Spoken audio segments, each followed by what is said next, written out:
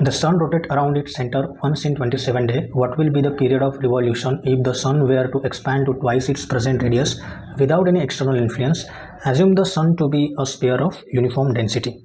Okay, so ये हमारा initially सन है जिसकी रेडियस है r एंड ये एक्सपैंड होके ये सर्कल बन गया है बड़ा, दैट इज अभी इसकी रेडियस बन गई है 2r, राइट।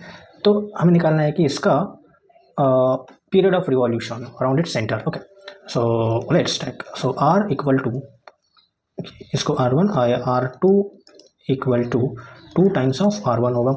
so इसका moment of inertia I equal to mr square. so initially I1 mass constant रहेगा, so I1 is direct proportional to r1 square and I2 is directly proportional to same r2 square. so यहाँ से हम final moment of inertia निकाले थे, that is I2. so I2 by I1 equal to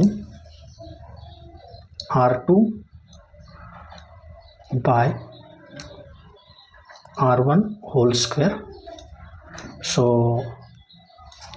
I2 by I1 equal to R2 की value कितनी है 2 times R1 by R1 square. R1 get cancel, so I2 equal to 4 times of I1, right। ये हो गया अपना moment of inertia. तो अभी हमें निकालना है, अभी हम यूज करते हैं conservation of angular momentum. So conservation of angular momentum क्या होगा, I1 omega 1 equal to I2 omega 2। So I2 की वैल्यू यहाँ पे हम पुट करते हैं। सो I1 omega 1 equal to I2 की वैल्यू कितनी है 4 times of I1। So 4 times of I1 omega 2। So I1 get cancel, so omega 2 कितना आ रहा है हमारे पास, ओमेगा 1 डिवाइडेड बाय 4।